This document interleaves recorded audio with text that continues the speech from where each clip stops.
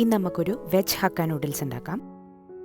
അതിനുവേണ്ടി ഉപ്പിട്ട തിളച്ച വെള്ളത്തിലേക്ക് 300 ഗ്രാം നൂഡിൽസ് ചേർത്ത് നന്നായിട്ട് കുക്ക് ചെയ്തെടുക്കാം. അതിനുശേഷം അത് സ്ട്രെയിൻ ചെയ്ത് അതിൽ കുറച്ച് എണ്ണ ഒഴിച്ച് മിക്സ് ചെയ്ത് മാറ്റി വയ്ക്കാം.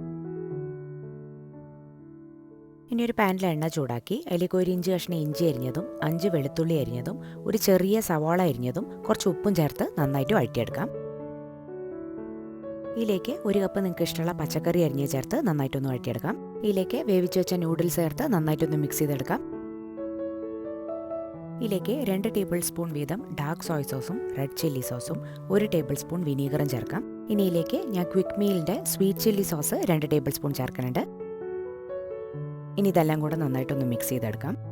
ഫൈനലി ഇതിലേക്ക് ആവശ്യത്തിനുള്ള ഉപ്പും കുറച്ച് കുരുമുളക് പൊടിയും കുറച്ച് സ്പ്രിംഗ് ഓണിയനും ചേർത്ത് നന്നായിട്ട് മിക്സ് ചെയ്തെടുത്തു കഴിഞ്ഞാൽ സാമ്പാർ റെഡി.